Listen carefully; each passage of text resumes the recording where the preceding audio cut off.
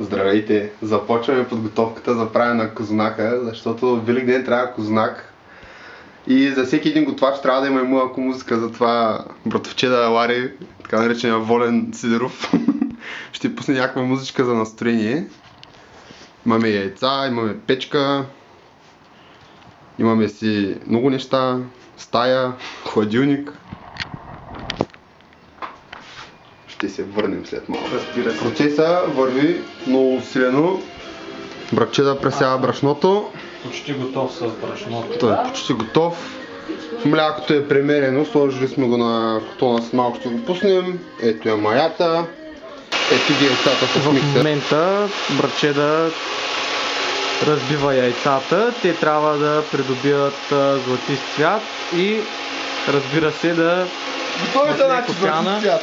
Трябва да станат много хубава пяна. Още малко трябва, много хубава пяна, да, той е прав. И после ще продължим нататък. Готвили сме си захарта с млякото, маята, яйцата, олиото и брашното. Започваме да видим каква смес ще се получи. Тъй като сме професионалисти, ще се включим с вас веднага след като... В момента шеф Стоянов замесва тестото заедно с останалите съставки в другите 4 съда, като единствено оставихме 90 грама от олиото за по-нататъчното месене на тестото. И това трябва да е горе-долу течността, преди да почне да го месите на самия пот, където се слага олио и почва да се меси, като малко се отбира олиото. Точно така. Ще се видим след малко. Така.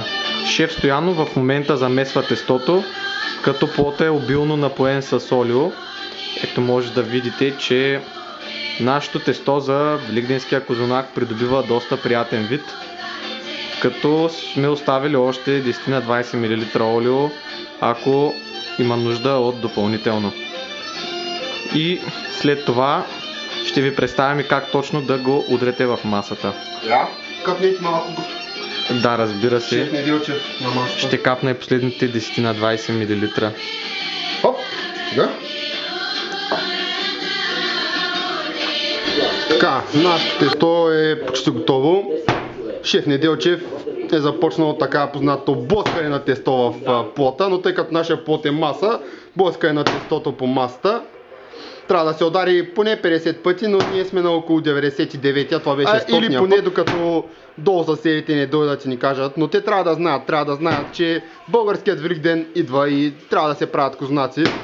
Шеф Неделчев, искате да кажете нещо на камерата, докато блъскате? Ами да, всъщност това е моят любима част от правенето на козунак, както така е любима и на мълчуганите, защото в мен детето е все още живо. И все пак след малко, като приключим с блъскането, ще го оставим да втаса за около 50 минути до 1 час. И тогава отново ще се върнем с вас. Здравейте отново, ето това е тестото, по-малката част. Разделено и в момента го оставяме да втаса, като го покриваме с кърпа по стара българска традиция, за да ускорим процеса. Предполагам, че до 50 минути и 1 час то ще втаса и ще може да преминем нататък към нашата рецепта за много вкусен здравейте отново. Това са двата козунака, които ще бъдат готови за сплитане след малко, вече са втасали. Така. Шеф Стоянов в момента оформя така наречените плитки на козунака, като предварително всеки един от трите края е усукан, за да се получат конците.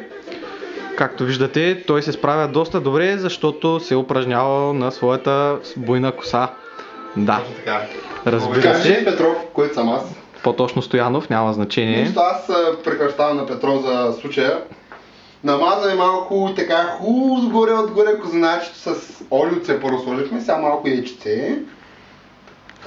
Виждате как... Ние нямаме по принцип хубаво с чекица, ама тъй като ние сме бедни разни студенти в Германия, каквото може да използваме. Но всъщност добрият готвач винаги може да разчита само на своите ръце. Така че има своята логика. Все пак заснехме яйцата, за да може да покажем на своите роднини, които са далеч в България, какво сме свършили през този следобед. Това са нашите яйца. Това са нашия... Нека се приближа с камерата. Така. едната част от тях. Другата нямахме хубава цвещ, но помъчихме се направим кръстче, що горе вижда се, но... Получило добре. Да. И да преминем към другата част, защото козунака беше нашето основно нещо. Нека го покажем. Аз предлагам Нека го отворим, фурната. Нека отворим фурната. Виждаме. Как се е надигнал. Дигнал се е доста от ваничката, която сме го сложили. Почна да позачервява, което означава, че след малко трябва да му сложим фолио, за да не изгори отгоре, да може да се опече хубаво.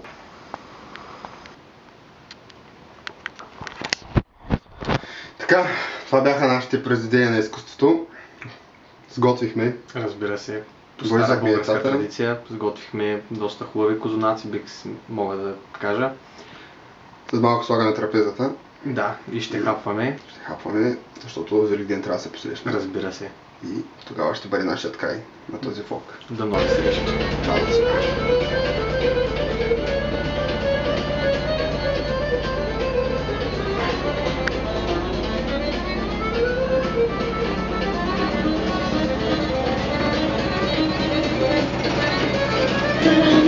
Здравейте на всички наши сънародници.